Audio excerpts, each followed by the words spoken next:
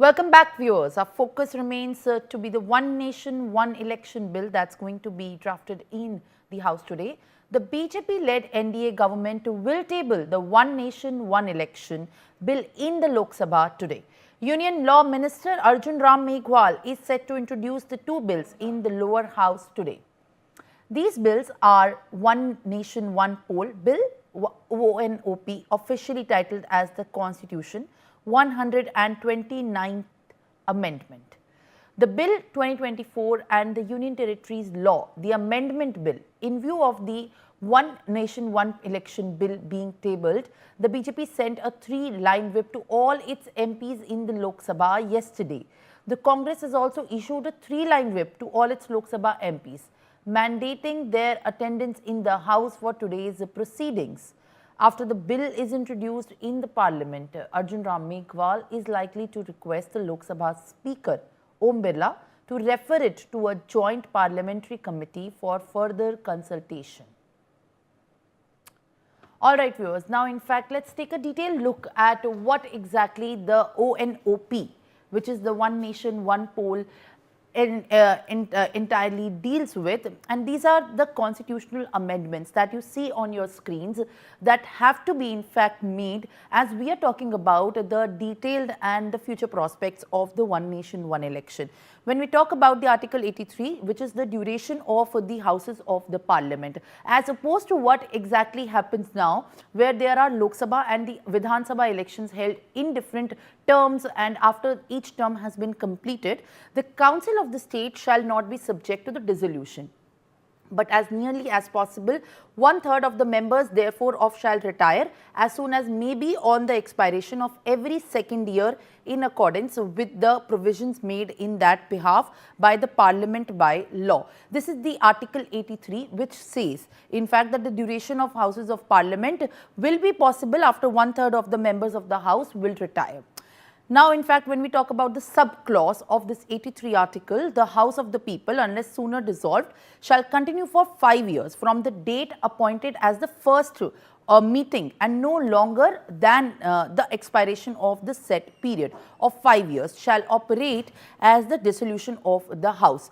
The 5-year term has been mandated. It is going to be started from the first date when the meeting of the Legislative House takes place.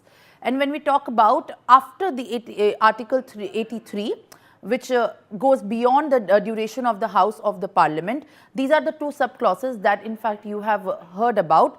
The third one and the next one in fact that deals with is that that after we go after the Article 83, the duration of the Houses of Parliament, the constitutional amendments that are required says that 1 and 2, the date and the time of the 5-period term has to be fixated and mandated for 5 years.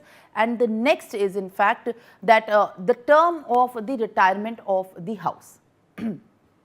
Now, when we are talking about the Article 172, which is the duration of the state legislature, that way we are talking about the entire House. And when we are talking about the state legislatures, it is the every legislative assembly, which is the Vidhan Sabha of the every state, which is currently referred to as the Vidhan Sabha, unless sooner dissolved, shall continue for 5 years. The term fixated for the assemblies of the complete and the Vidhan Sabha is fixated for the 5 years from the date appointed as the first meeting and no longer than 5 years.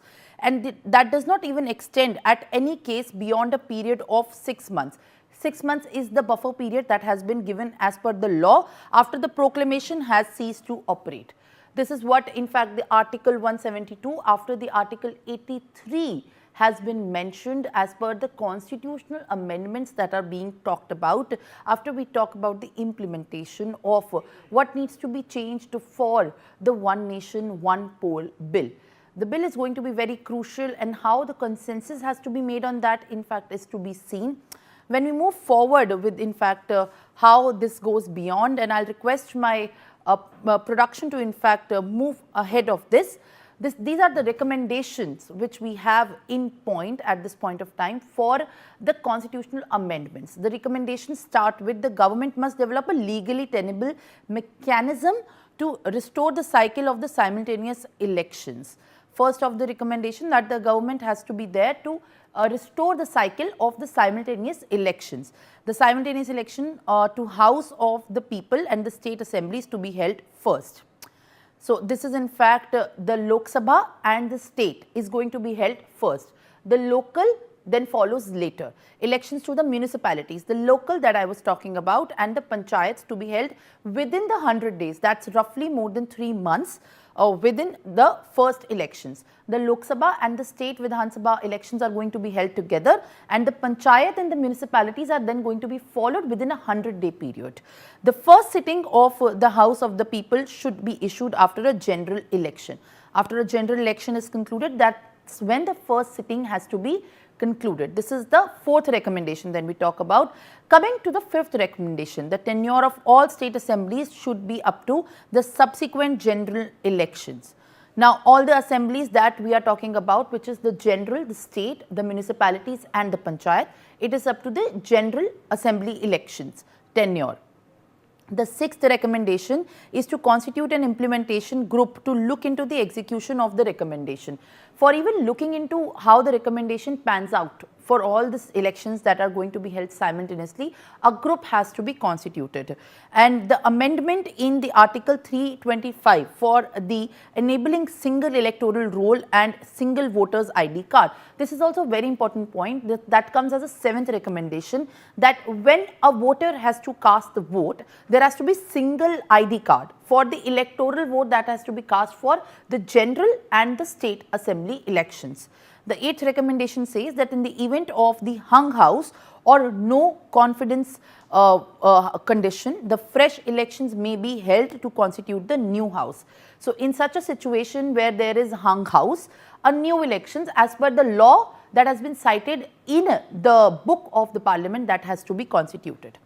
Now, in fact, these were some of the recommendations, viewers, that we have in fact given in comprehension for the benefit of understanding how exactly the one nation, one poll means. There is a lot of controversy, viewers, starting with how exactly the one nation, one election bill that will be implemented looks like for the voters. There has to be a lot of recommendations at one side, but when we talk about in fact the implementation is not going to be an easy task, but it is an amendment that has to be made as per the law. Now, when in fact we are talking about one nation, one election,